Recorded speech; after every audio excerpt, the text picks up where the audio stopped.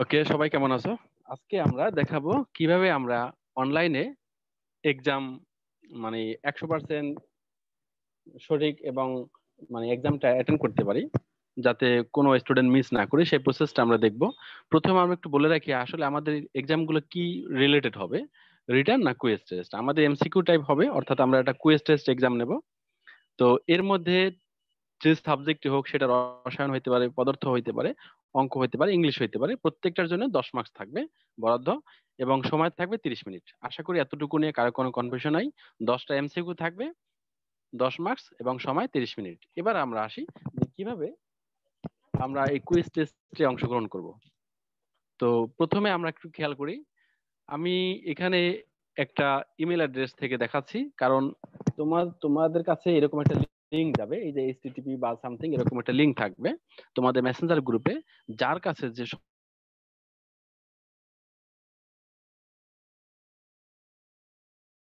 সময় লিংকটা যাবে, তোমাদের পরীক্ষা শুরু হবে 10টায় করবা এরকম একটা, এর মধ্যেই অ্যান্সারটা সময় মতো সবাইকে জমা দিতে হবে। 11টার পর কোনো স্টুডেন্ট উত্তরপত্র জমা দিতে পারবা না অনলাইনে। তো এই জন্য খুবই সময় সাপেক্ষ হইতে হবে এবং নিয়মটা মেনটেন করে চলতে হবে। 30 মিনিট যেহেতু সময়, তো প্রথমে এইরকম একটা লিঙ্ক থাকবে, এই লিঙ্কটাকে ওপেন করবা। আমি একটু ওপেন করি এই লিঙ্কটা।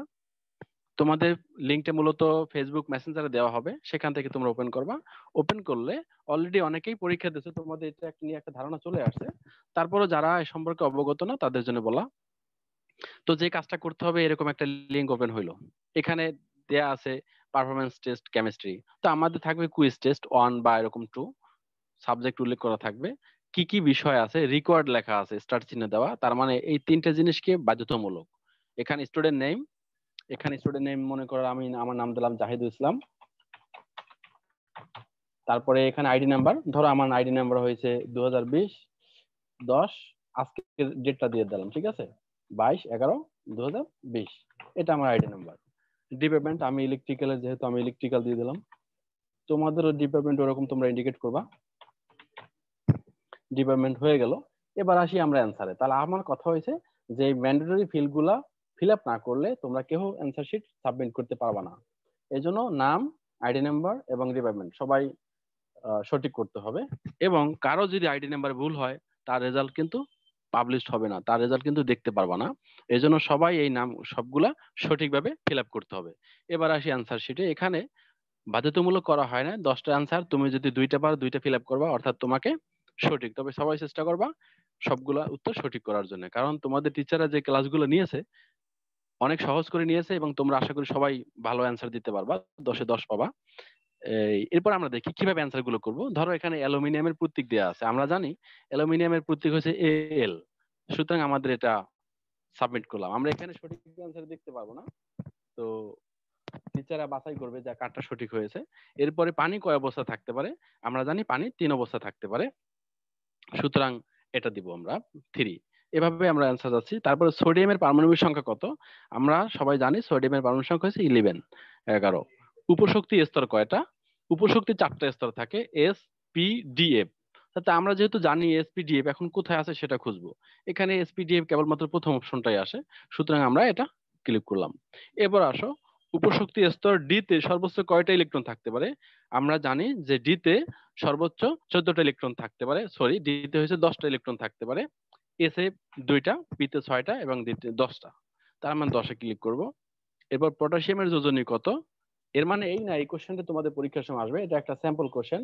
তোমাদের কিভাবে উত্তরপত্র জমা দিবা সেই প্রসেসটা দেখানোর জন্য বলা হয়েছে, আমরা আগে তৈরি করে নিয়েছিলাম। পটাশিয়ামের যোজনী কত, আমরা জানি পটাশিয়ামের যোজনী 1।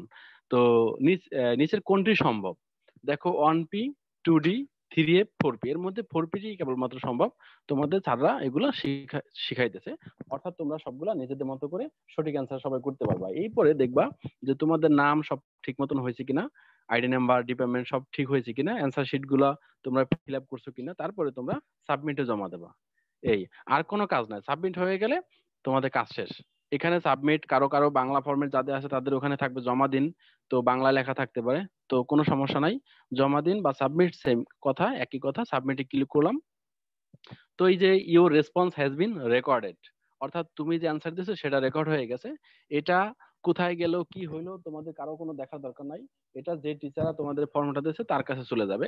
সুতরাং বাকি দায়িত্ব তার। সে তোমার রেজাল্ট দেখবে, চেকিং করবে, যা খুশি তাই করবে সে। তুমি অ্যান্সার সাবমিট করে দিয়েছো, কাজ শেষ, দ্যাটস ইট। তো এইভাবে আমরা উত্তরপত্র জমা দেবো। তারপরে কেউ বইলো না যে কোথায় গেল, আমি কি জমা দিতে পারছি কিনা। এরপরে যদি কারো কোনো কনফিউশন, আর একটা অপশন আছে সাবমিট অ্যানাদার রেসপন্স। চাইলে তোমরা আবার সেটাকে করতে পারো, কিন্তু সেই সুযোগটা আমরা দিব না, কারণ আমরা 11টার পরে সেই সুযোগটা অফ করে দেব। তো এই হলো বিষয়। আশা করি সবাই এক্সামের প্রসিডিউরটা বুঝতে পারছো। তোমাদের এক্সাম শুরু হবে 10:30টায়, শেষ হবে 11টায়। তো বাকি কাজ তোমার টিচাররা, তোমাদের গ্রুপে জানানো হবে কখন রেজাল্ট পাবলিশ করবে। সবাই অ্যাক্টিভ থাকবা আশা করি সময় মতো। ধন্যবাদ সবাইকে।